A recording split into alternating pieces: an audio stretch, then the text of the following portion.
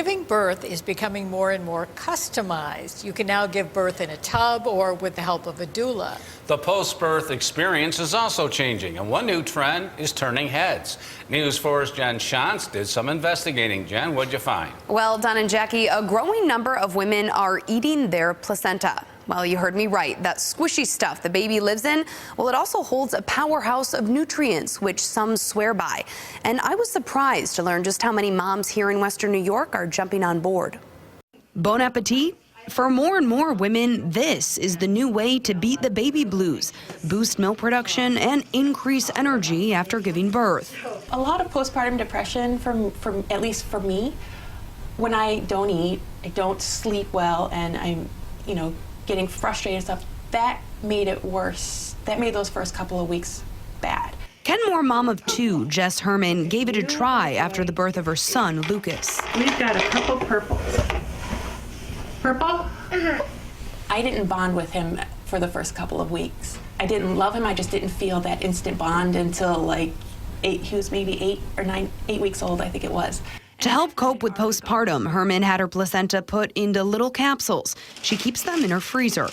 It's becoming increasingly common. I think especially women who seek natural birth understand that every woman is growing two amazing things inside her, a human being and the placenta, which enables her to grow that human being. OBGYN Dr. Catherine Morrison says nearly all her patients at the birthing center of Buffalo want to take their placenta home. It has gone from a request that you might have seen once a year to a much more common request.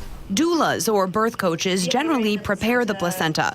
It costs around $200. I think that it has grown in popularity, starting with doulas growing in popularity. Herman had hers prepared right here at the Village in Allentown. Well, the whole process takes about 2 days. First, the placenta is rinsed, dried, and cut. Then it's put into this machine, which is called a dehydrator. From there, it's ground into a powder and then put into pills. But women aren't just turning their placenta into pills. They're putting them into tinctures, smoothies, and hand creams. Some women choose to bury it and grow a tree on top. And then there's this. Placenta truffles. They take the powder and put it in with chocolate and eat it that way. And that gives them that additional little jolt from the chocolate. There's not a lot of data around this. The trend kicked off recently after celebrities started doing it and swearing by the results. To test it, particularly in humans, you have to find women who are willing to eat this stuff, but who don't particularly believe it's going to work. That's an interesting combination. Mark Crystal has studied mammals eating their afterbirth for years. Most of them do, but humans, not so much, he says. There's no evidence that human cultures ever practice this as a routine behavior.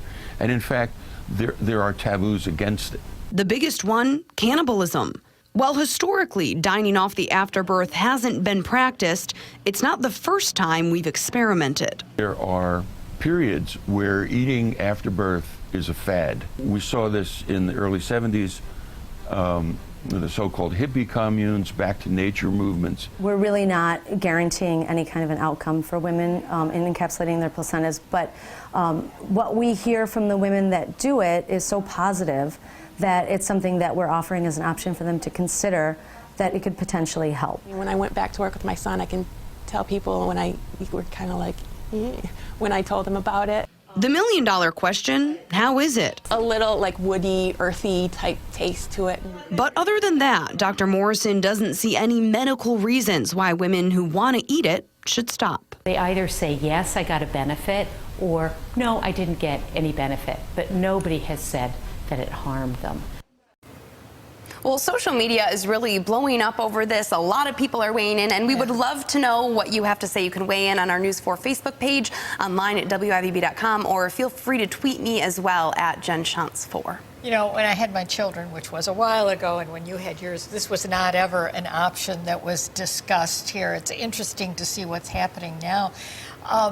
But if you can't prove it, how do you know it really helps? In short, you don't. Possibly this could absolutely be a placebo effect. Professor Mark Crystal from UB, who you heard from, basically says it's hard to find a control group here because women who would agree to eat this they believe likely it. already believe it anyway. Yeah. So it's something that's really hard to study. Very interesting.